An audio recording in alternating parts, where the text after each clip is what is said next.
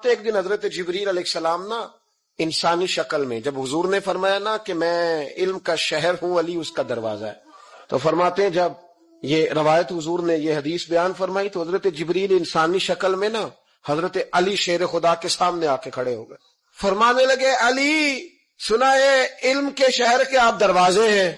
تو مولا علی فرمانے لگے مصطفیٰ کریم نے فرمایا ہے۔ تو کہا اچھا پھر اگر آپ علم کے شہر کے دروازے ہیں تو بتائیں بھلا اس وقت حضرت جبریل کہاں ہیں؟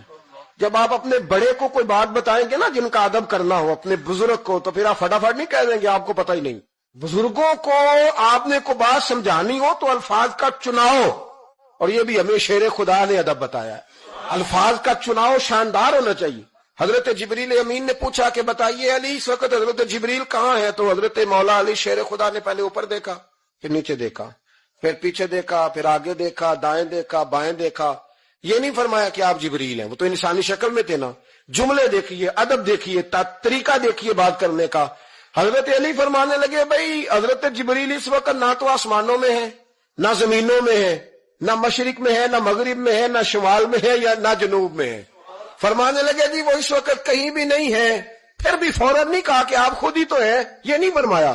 کہنے لگے یا آپ جبریل ہیں یا میں جبریل ہوں، دونوں میں سے ایک جبریل ہے، اب فیصلہ کر لیں۔ تو حضرت جبریل مسکرائے اور فرمانے لگے آپ تو علی ہیں، جبریل تو میں ہی ہوں۔ او بھائی یہ حال ہے ان کے غلاموں کا، تو میری سرکار کا عالم کیا ہوگا؟